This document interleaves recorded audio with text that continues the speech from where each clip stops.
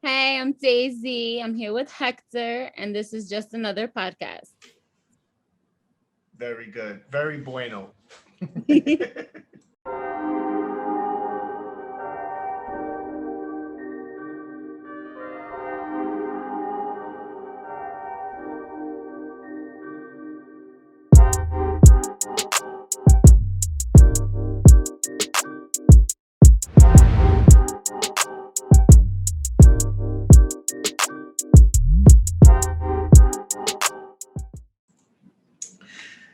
Good evening, ladies and gentlemen. Welcome to Just Another Podcast. Tonight, I have a very special guest, and I know you're going to tell me, all your guests are special, and yes, they are. All of them are special. Tonight, I have Daisy Arriaga. Okay, she chose to present her government name over her Instagram name. I respect it, 100%. Daisy. So also, I'm just.hek. And I'm super excited because Daisy was someone that I met when I was working with youth doing various preventive work, whether it was risk reduction, harm reduction, uh, whether it was gang violence. There's a time in my life where I was definitely working with a lot of youth in the city. She was in a program in the Lower East Side. It was called the ASHI program. I don't remember what it stands for. Adolescent Sexual Health Initiative. Boom! There you go. There you go. But I remember her being there and amongst everyone, and it was an awesome program. I believe out of the 24 participants, everyone, 22 ended up going to college, and all 24 held down employment to some extent or the other. I mean, it was keeping track up until the last couple years or whatever. I just felt like you guys are adults now. It doesn't matter. Like you, we're not keeping track of a 27-year-old. Like it is what it is. But I definitely am very proud of Daisy because she achieved, her LMSW. And what is an LMSW, Daisy? A licensed master social worker. Exactly. She's definitely taken the baton and taking it to the next level. And that's the whole purpose with when you're working with youth. You create a better generation than the one before. And she's proof that program did what it set out to do. Super proud of her. She does amazing things. I'm always getting updates from her on LinkedIn. I'm just like, okay, I'm not even really on LinkedIn, but I get, all these things from Daisy. And so, Daisy, how are you doing tonight? I am doing well. How are you? I can't complain. I'm doing well myself. So Daisy, tell us a little bit about yourself. Tell us what's going on. Oof. Well, I am a city kid, like you said, born and raised in the LES, currently in the Bronx. I currently work for Metro Plus Health Plan as a social worker. Currently working towards the highest license in my profession in hopes of going into private practice and providing psychotherapy on a more in-depth level. Nice. Okay. All right. Awesome. Well, we'll get into that in a minute because I'm definitely curious at a more in-depth level. I started thinking electroshock therapy, and I don't know why. It's like I don't know. Okay, we gotta find out what that is. Not happen anymore. I'm just so maybe that I was like, oh, okay. See Daisy walking into the room. All right, please insert this into your mouth. No, it won't be that. So, okay, so I met you when you were 15. Mm-hmm. And so you growing up in the Lower East Side. So growing up in the Lower East Side, what was that like for you?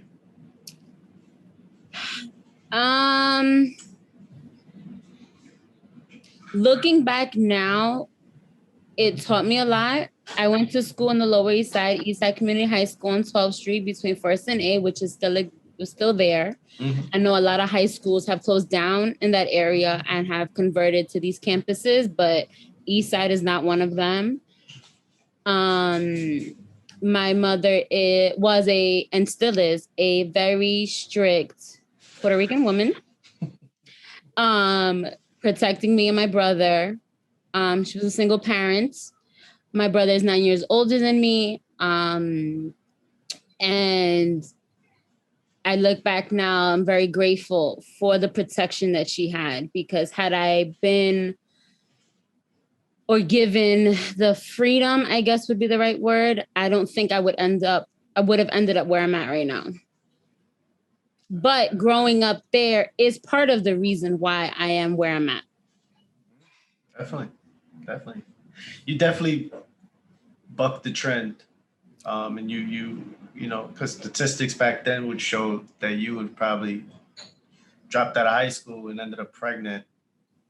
Your numbers for that, your chances for that rather, probably would have been higher than you going to college. And, you know, and you probably, you know, so you have one child and I do. I have a 1-year-old.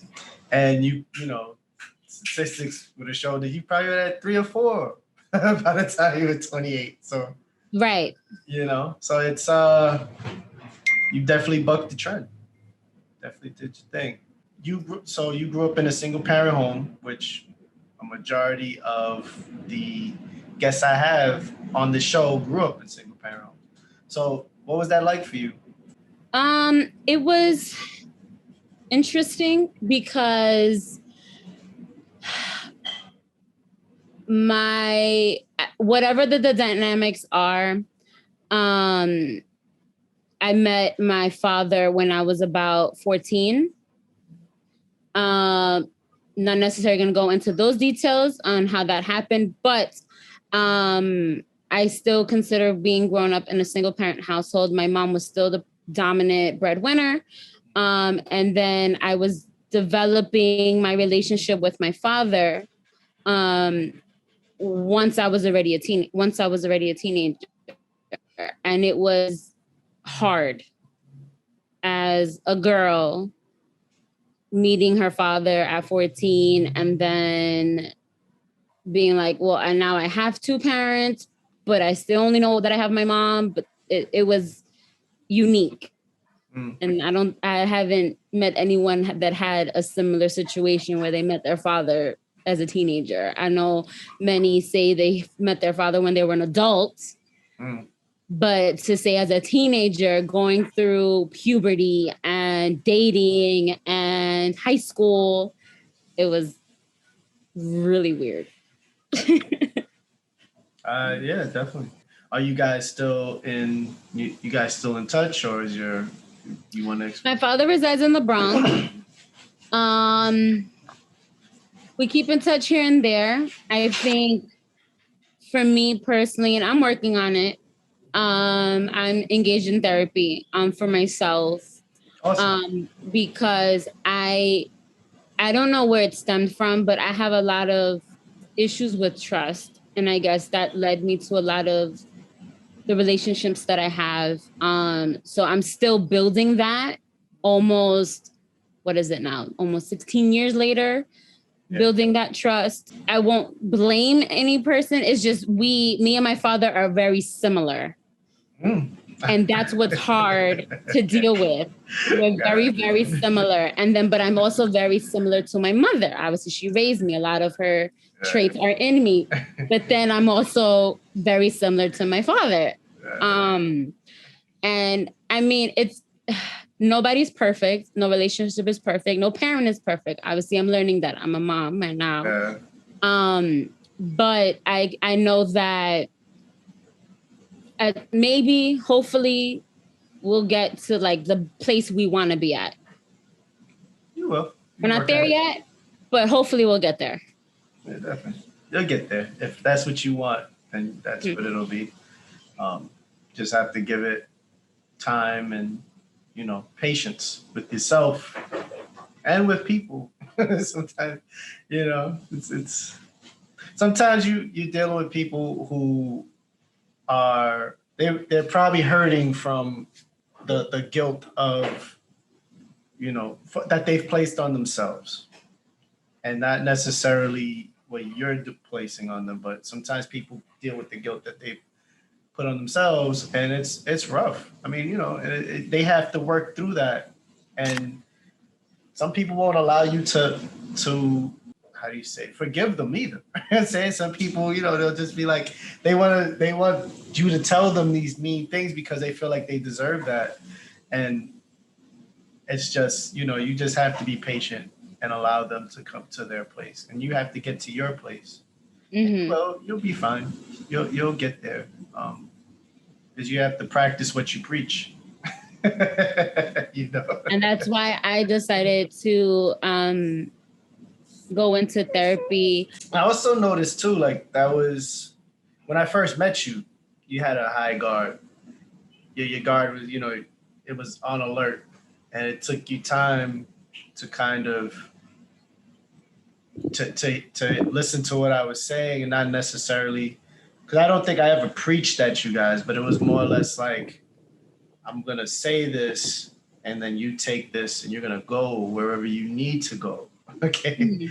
Like, for me at least, it did stick.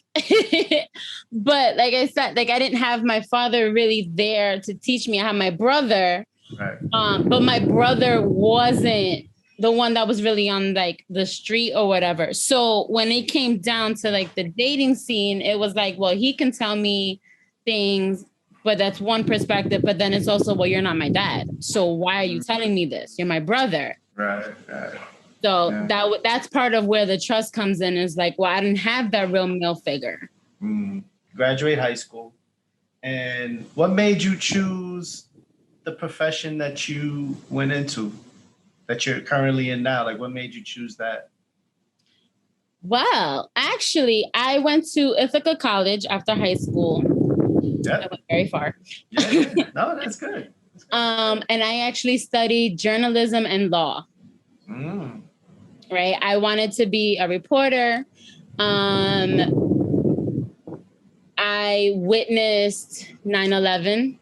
My mom's job was right there. I saw the second tower fall, and it didn't sit right with me. So I said, oh, I'm going into journalism. I want to get, I want to get to like what's not being said. How do people get there? Right. And then that experience of you're the only person of color in a classroom. Yeah, that was me. Yeah, but the irony, but the thing about it is, I'm not physically of color. Right. So no one saw it that way until they heard my name. Right. And so Ithaca is the top 3 communication school in the country. It's very well known. Ithaca and Syracuse are the only schools that provide internships for the Olympics. So Ithaca is very high guarded. And so I was there. I was maybe one of, to be quite honest, 5 in the School of Communication of color. Nice. And I want to say one of 2 Latinas at that. So I remember, and then, so I'm going through all that. And then freshman year, I don't remember who it was, whether it was student or teacher. And I was told, you're not going to make it because of your name. Wow. Because at that point, I was taking both names. My parents, Arriaga is my dad, Lopez is my mom. Lopez, very Spanish. Arriaga always gets it's like the most annoying thing ever. So I got told that. And then I'm like, well, no, I'm going to make it. And then junior year, I go to London. I study abroad in London. Nice. Best decision ever made. I tell everyone, if you make it and get to college, go abroad. It is the cheapest time you'll ever be able to go. Just side note. And that was around the time the I don't remember the name of the movie, where the whole 1% idea came out. Okay. Of, this top 1% needs to be taxed and all that. And I witnessed it in Europe first. I saw the stories from the US, but I saw it from like the European perspective. And I remember being in Greece. Wow. Wow. When their parliament set on fire. The picture of their parliament set on fire was on the New York Times. Mm-hmm. I was 2 blocks from that fire. Wow. And seeing all this and seeing everybody and the poverty being, it was just unbelievable. And then I said, what is reporting on this going to really do? What is telling the story going to do? If no one's going to hear it, if no one's going to make a difference, because at that point, I was in the HEOP program, and the idea is to get low income into colleges and everything. And I said, oh, this is great. Then I noticed, all right, there's all these reports of all these fires, all these people in poverty, and no one's doing a damn thing. My sister-in-law, my brother's wife, is also a social worker. And I had a conversation with her, among other alumni. And I said, I can't be on the outside of this. It doesn't sit right being on the outside reporting, oh, this many people are poor and this many people. It didn't sit right. I said, I have to do something about it. Like, I have to be in there. Because that's the only way the change is going to happen. Like, individuals like you that helped me get out. And then that's when I had decided, no, I have to go in. So it was between social work and public administration, either changing policy or actively doing the work and then changing policy. And I went into social work because social work is much broader. You have social workers now in the cabinet of the White House. Thank goodness. I want to say there's 4 right now. Okay. And I think 3 of them are women. I could be totally wrong, but I remember seeing social workers are in the cabinet. And seeing that is like, that's how I'm going to make the change. I have to be in the trenches first, and then I can change policy. I think you would have been great in either or. I mean, I'm super glad that you chose to bear arms and get to the forefront of this. But there are people who literally don't believe that there's poverty out there, or so the people reporting on it, definitely, I mean, there's a job there too, because they're like, you have some people that they'll see it on the news and they'll be, oh, that didn't happen, that's a lie, that's fake news, that's our previous dictator told us. And it's poverty is very real. And after I made that decision and going back to Ithaca about it, because a lot of the students, I was one of very few. Apparently, there's not that many students in the HEOP program that go abroad, right? It's expensive. This idea of a full ride no longer exists. Oh, wow. No longer, I'm sorry. I thought I heard something from my son. Full ride doesn't exist. I still have to take out loans. I'm still paying loans. Fortunately. It's, Ithaca gave me a lot of financial aid, but I still had to take out the loan. And going abroad, I had to extend my loan just for the cushion of, oh my God. And I'm glad that I did, because I did need that money. When that issue happened in Greece, I almost had to go into the embassy to come out and go back to London safely. Wow. Because I didn't go to London on a visa. I went as a visitor. Oh. Because I didn't have the funds to pay for the visa. The visa at that point for a student was almost $1,200. Oh. Where am I getting $1,200 to secure myself over there? Right. And it was really scary. And then, being there, and it's like, oh, well, just, take out. This is how I knew. This is how I taught my peers. We were in Norway. Norway is one of the Scandinavian countries. Yes. Because the flight was in US dollars, it was maybe $20 to Norway, round trip. Right? Okay. Oh my God, I'm going to Norway. It's cool. But like the 6-inch sandwich at Subway over there, right? $5 footlongs here, right? It's about $22 US over there at that time. So this was in 2011. Oh, wow. I spend that now, right? But that's because of inflation and all that. But at that time, I'm a student. I'm 20. I'm not working. And I'm going based off my financial aid. And we went to this restaurant and there was nothing there I can afford.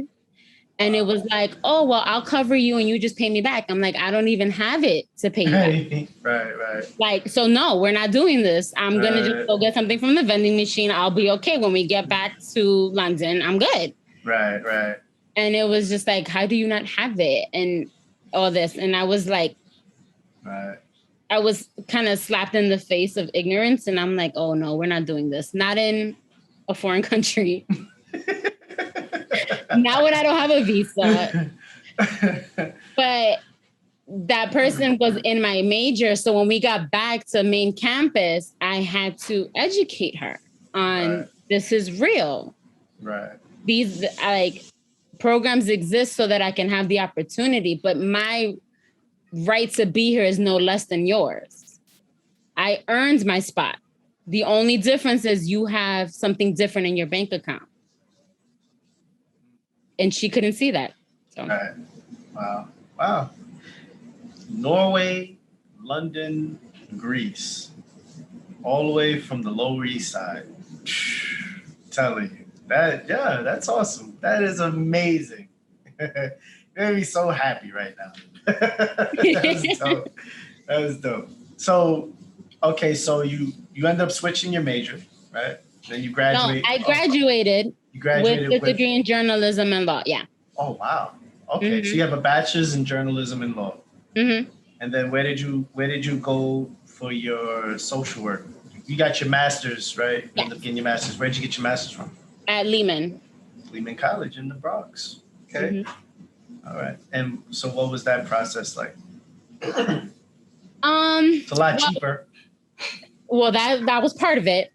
My 3 options were Lehman. I applied to Lehman, Hunter, and Fordham. Mm-hmm. Hunter is like the Ivy for social work in the CUNY system. Yes, it is.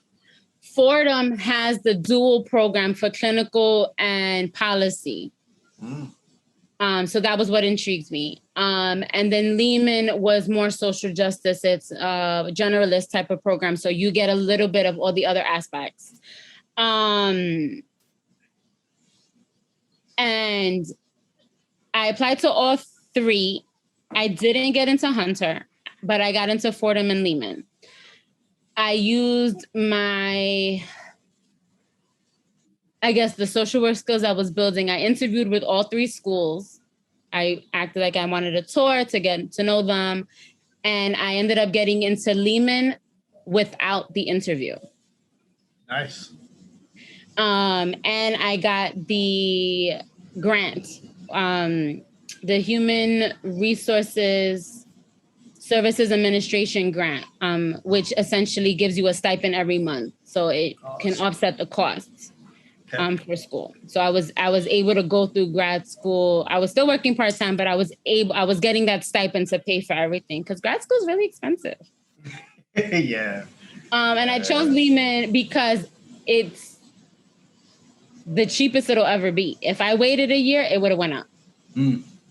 And at the end of the day, all that employers care about is that you have the license. So it didn't matter where I got my master's. Yeah, right. Very true. Very, very true. Okay, so you end up getting your master's in social work, right? Yeah. And then you got it from Lehman College. Yeah. And then, so what? Because you didn't work at Metro Health Plus your whole career. So what was your coming out of getting your master's? What were your jobs like? My first job is essentially every social worker's first job in child welfare.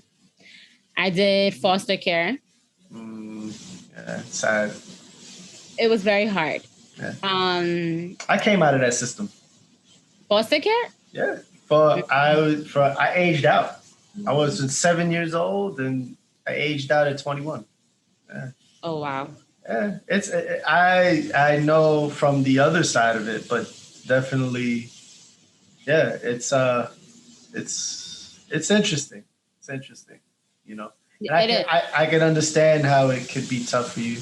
Did you ever were you in the court system, or were you doing like the independent living classes, or what was your I went to court hmm, countless times throughout the month. I was the case manager for children as young as newborn. wow. And my oldest child was 20. Yeah. Sounds So about working right. on the independent housing and all that. Mm, okay. And then wow, so that must have been soul draining. It was because the expectation is that you're supposed to move mountains. And one thing about foster care for me is that, yes, it's the best interest of the child at the end of the day, the safety. Mm, But one thing that I think I left with, one of the reasons I left with was because there was a family I was working with. I won't go into the details for their privacy, but they were, it was a really unique situation, and they were thoroughly trying to get their kids back. Like, they were trying. And it just, like, the court system just didn't see it that way for them. And I just felt like, what else can I do to help them? Like, the kids are good, the visits are going well. It's an unfortunate situation. The reason the kids came into care, the parents were doing everything in their power, paying for their own therapy because they didn't have insurance. They were paying cab rides. They were bringing food for every visit. They had visits twice a week. They kept in contact with the foster mother. They would go travel to the foster parents' home when the overnights were being, like, they were just doing everything possible. And like, the lawyers were just like, but this still happened. And it's like, well, what parent is perfect? right. Accidents happen. You want a textbook parent, but nobody's a textbook parent. So that's when No such thing. can't. No such thing. They clearly feel remorseful for what's going on.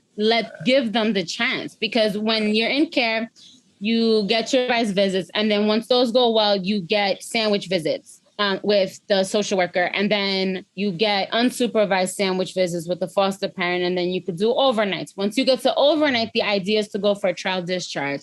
Trial discharge could be for any amount of time. It could be 6 months at that time. And they weren't even trying to do that. Right. Wow. So I said, I just couldn't. So from there, I went to preventive in the Bronx.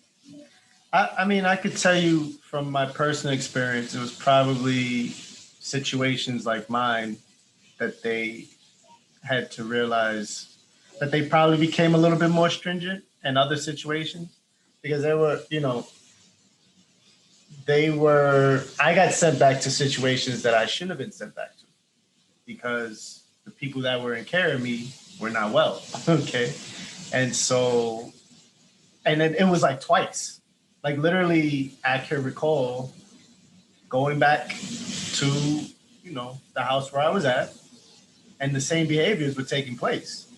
And I was like, how is this even happening? Like, as a child, I'm like, I was in a nice place, and now I'm back here. Like, where the hell did this happen? And those were cracks in a very frail system that happened. And this was twice, Daisy. I'm saying this happened twice, where the person taking care of me was able to dictate and manipulate the system.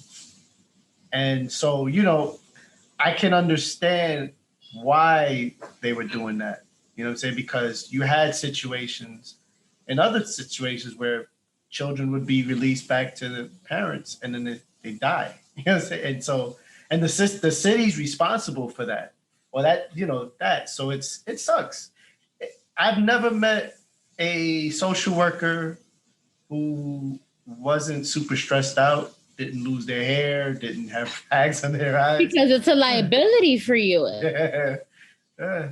It can't, at the time I wasn't licensed yet. So if anything would have that would have risked me being even able to get my license. Right. Yeah, that's a fact. And even then too, also outside of your license, you have to deal with the fact that you sent the child back to their death, but you sent them back to an unstable situation. And the whole purpose of this process is to get the children into the most healthiest situation possible. And so, it's I can understand. I'm not saying it was right because, it sounds like it was messed up.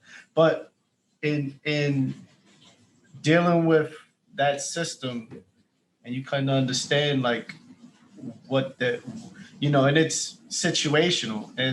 It just becomes part of, the rhetoric of, do we keep this kid safe and do we keep this child safe? And what's, it's right. It becomes people that are not familiar with that family and with that situation. They get to dictate what is the best possible situation for a child. It is what it is, And then being in preventive was no easier. So what, in terms of preventive, what do you mean by that? So preventive is essentially preventing the child from being removed. Oh. So they're still with the parents, but now they're being supervised. Yeah. So visiting homes, and what I did, the preventive was for cases with mental health and substance abuse. Yes. So I was with a cup in my hand saying, pee in this cup. Let's see if you got anything in your system. Nice. That was not easy. And it was hard because I got my license during the time at preventive, and I was the only Spanish-speaking caseworker. So, of course, all the Spanish-speaking cases came to me. And it was really sad. It was so, so sad. I've had to say, I think this kid should be removed from the home. After building a relationship with the family, building a relationship with the parent, speaking to my supervisor and going based on the state and say, no, they should be taken away. And then go to court, they get taken away temporarily, an investigation happens, and they go back home. And then to have to go back and continue services with a parent that's like, why? Well, here's the kicker. There's a kicker. There's a kicker. Not everybody that works in foster care, preventive, ACS, CPS are social workers. Right. Well, I didn't know that. So for foster care, and I believe the job description remains the same. You only need a bachelor's in anything. So you can have a bachelor's in sociology. Right. And work for foster care, right? In preventive, it's a little different. Mm-hmm. You need to have a background in like child services and like mental health in some aspect for at least the department that I was in. Right. So it's not always a social worker. And then for CPS and ACS, because they're different, is again a bachelor's. So their mindset going into a home, the way they're assessing a situation will be very different. The training is very different.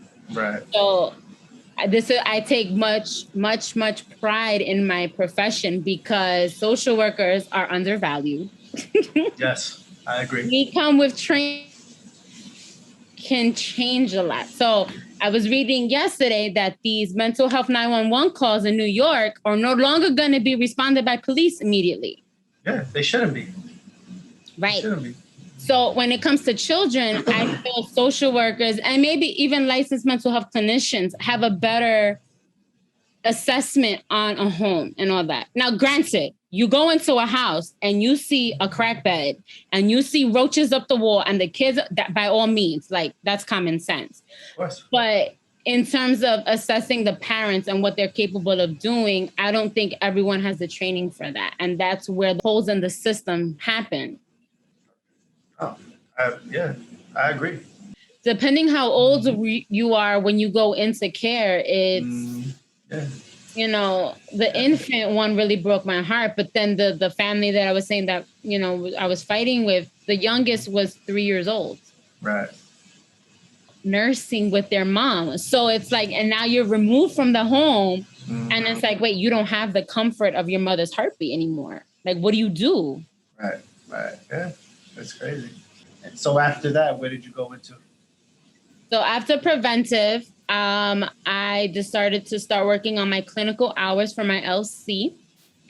And I went into outpatient mental health in the South Bronx.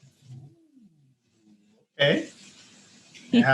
Okay. And so that's what you've been doing ever since? Or, well, you got your LC license, right? No, I have my LM. I'm your almost LM. Sorry. Almost. But you know what? I love it because that means I'm going to pass. Of course. Why wouldn't you? Why wouldn't you? Nah, you gonna. But I did clinical for 3 years. So from 17 until November of 2020. I did outpatient mental health, children, adults, geriatrics in the South Bronx. Wow. Yeah. I learned a lot though, and I'm very appreciative of doing that.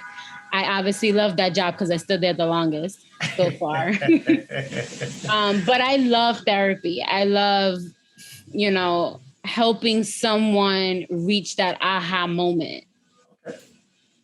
And as accepting as the society is, it is still very taboo. So if you tell someone I'm bipolar, it's still the butt of a joke. But no one truly, like, unless you're trained in it and you understand it or have it, don't know what it means to be bipolar and how it really can impact your life or what depression really is, which the chemical imbalance in your brain. And the idea of, and my favorite is, I love working with children. And my favorite part of it was teaching parents, one, do not discredit a child for their feelings. They're not too young for anything. They have their feelings. They know what it is. Let them process it. And teaching parents that a parent's mental health is not a child's responsibility. Wow. And you would not believe how many times I had to say that to parents. Right. But I'm depressed and they should know that. They should understand. No, they do not. No, they do not. They didn't ask to be here. They didn't ask for you to have depression. They didn't ask for you to be upset. Right. Don't make them feel like a burden. Right. Because then when they act out and they curse you out and they run away, oh my God, now you're a delinquent and this and that. And you put that in their head. That's crazy. Oh my God. You right. The child is not responsible for your mental health. That is the dopest thing I've heard today. Seriously. I wish you could take like a time capsule, go back in time and tell my mom that shit. But the thing is still, like I said, this is why it's still taboo. The Latino community and a lot of, it's still, mental health is not real. Right. And it very much is. It's a matter of understanding. If you're sad, it's okay to feel sad. Listen to them. Let it come out. No one has to agree with your feelings and say, like, if you're mad at X, Y, and Z, but you don't agree with opinion. But don't tell the child that how they feel is wrong, because they're going to go the rest of their lives thinking that. And then they have trust issues, and then they have issues with holding it in, right? But then you raise your son to not have feelings. Right. And then you wonder why they treat women a certain way. Now, granted, and you take what you take, right? But it's rooted somewhere. My generation, it was like, you crying? What you crying for? Like, wait. And then for girls, okay to be emotional, but then now girls are too dramatic. It's like, wait, but girls are allowed to be emotional, but they can't be too, like this. Yeah. Let them go through the emotion. And that's what I'm trying to do with my son. Now he's blabbing or whatever. But I speak to him as if I would speak to him if he was like 3 or 4, where it's like, okay, go through your, cry it out, go ahead, let it out. Are we good? So that when he starts to understand it, it's not new to him. He's not looking at me foreign. He's always heard mommy say this, but now he understands what it is. Because, and from what I'm seeing, is very empathic and very sensitive. And I don't want him thinking he has to hide that. Right. Because his cousins, he's the first grandson. Oh. Because all the other grandchildren are girls. He's the first boy. So he's going to be surrounded. His cousins are all girls. So it's okay to have feelings. But at some point you have to know there's a time and a place too, to be able to go through those feelings. So hopefully I succeed in being able to let him, go through his emotion. Yeah. No, I think, listen, there's no perfect way. I think like your mom did with you, she raised you the best she could. And at the end of the day, your mom did a great job with you. And, in spite of you, I remember you used to complain about your mom not letting you go anywhere. But there was a reason. Like the Lower East Side was wild back then. At that time, I wouldn't have let you go out. Like, no, you're going to stay in the house because all these other girls are out getting pregnant or they're out running around doing God knows what. And, you hated her then, but I'm sure you love her now. I never hated my mother. No. All right, let's clear that up. All right, at least for radio. But like I said, I appreciate it now. Like I understand why. Right? You don't see it. Right. And I understood it then. I just felt like, okay, well, I am and I'm still the same. I like an explanation. At least give me the reason. Right. At least so that I can understand it. And if I choose to then go on and still do whatever I'm going to do, whether it's lying or sneaking out, not that I did. At least it's me making that decision and me using my right, but my brain. And like, I used to tell my mom, like, you don't trust your parenting. Like I should know. And of course, when you think about it now, it's like smacked up or whatever. Like your mouth was popped for that. But that's just what it is. I do better with that reasoning of like, okay, there we go. So, but you do better with that reasoning now. 15-year-old you would have been like, no, but I'm not going to do that.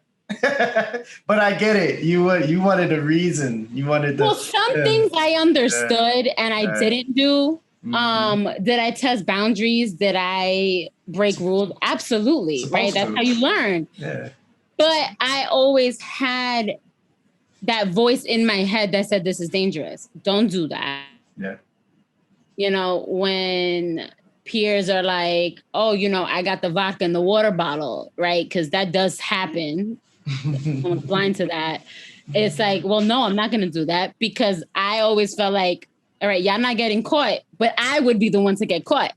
Like it would be me. So I'm not doing it. It would be me. Of all people, I'm the one that's going to get pointed out. So I just rather not. You definitely would have.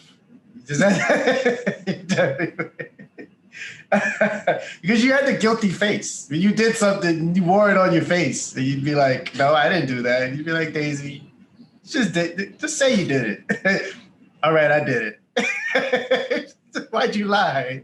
And it's funny. I hate lies. Like that's the biggest pet peeve when people ask me that question. It's lies. Tell me the truth. I'd rather that. And so from then on, it's like, I'm not lying. I can't. Guys get you into trouble.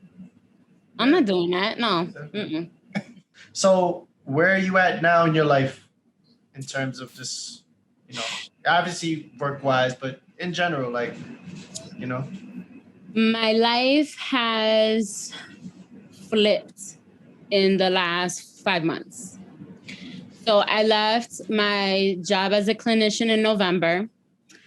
I started Metro Plus and care management under Medicare in December. And then 2 weeks into that job, I was hospitalized. Oh. Yes, I was hospitalized the weekend before Christmas. Oh, no. I was discharged 3 days before Christmas Eve, the 21st. Wow. Yeah. So I was diagnosed with multiple sclerosis. Oh, okay. In multiple sclerosis. Right. And then I had another relapse in January, about 20 something days after the first hospitalization. So closer since then. All right. Well, prayers are with you. You're gonna beat that. You've beaten so much in your life. You'll definitely beat this, get this under control and stuff. I'm trying. The thing about MS is that it's progressive. Yeah. And it's a matter of, I'm on medication. I've been on medication for 8 weeks now. To reduce. So essentially you have lesions in your brain. Yep. And you can my first relapse was in Ithaca, my senior year. Oh. My flare up is I lose vision in my eye. I get optic neuritis. Oh no. So I lost my complete vision in my right eye, my senior year, February of 2013. But they didn't see anything then. And then 8 years later, my left eye starts fuzzing out. I already knew what it was. And that's when they're like, no, you have lesions in your brain. And then about 3 weeks later, then it goes back to my right eye. Like right now I have no myelin in my left eye. So I'm on medication to reduce the flare-ups, but I'm starting to get the muscle weakness. One of the other issues is mood swings. Right? So when people say that I'm sensitive, which I am, I own it. It is what it is. I'm learning to work through it. I would never say that about you. I own it though, right? And I get it. I am sensitive. But the mood swings are there. I'm working towards it. So that's part of why I'm in therapy, to work through all that, because a lot of it is misplaced. Like the anger and all that is misplaced. So I'm working through all. I'm trying. I'm doing the best that I'm still working. Okay. So there's that. I'm still working. Right. Definitely. Okay. Well, my prayers are with you, and thank you. You're gonna be fine. You're gonna beat this.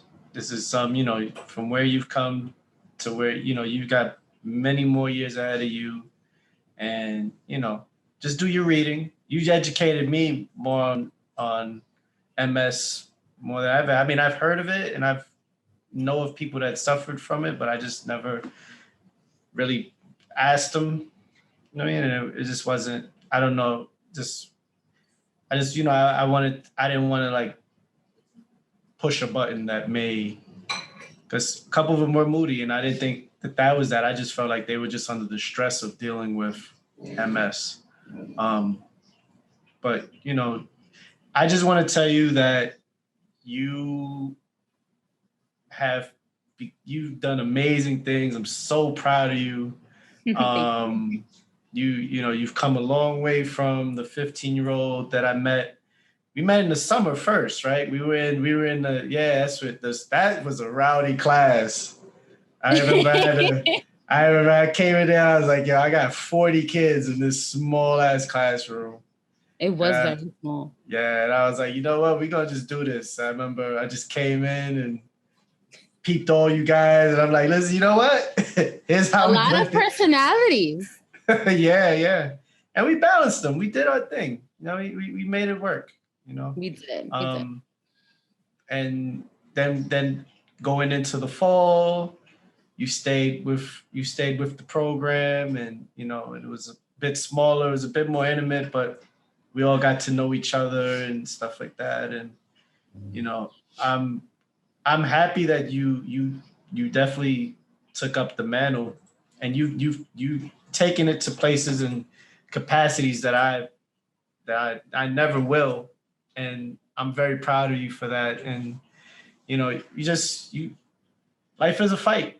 You just got to keep fighting. You got your 1-year-old, little Xavier. shout out to little Xavier. And you know, every day's a fight, and you just keep fighting, because a bunch of people are going to hear this, and you're going to inspire people. And the fact that you have MS, a 1-year-old, you're still working despite everything that's going on in your personal life, it's going to inspire a lot of people. You're going to see. I'll text you, I'm like, yo, this is how many people viewed it. You're going to be like, really? It's going to be awesome. And we'll, just keep fighting. You have any last words, Daisy? No. Okay. There's nothing wrong with that. You said it. You definitely shared a lot, and I appreciate you for that. You know, definitely shared a lot. No, that was awesome. Thank you, Daisy, for being on my show. Thank you for. Oh, without a doubt, I appreciate you. This Daisy Arriaga Lopez.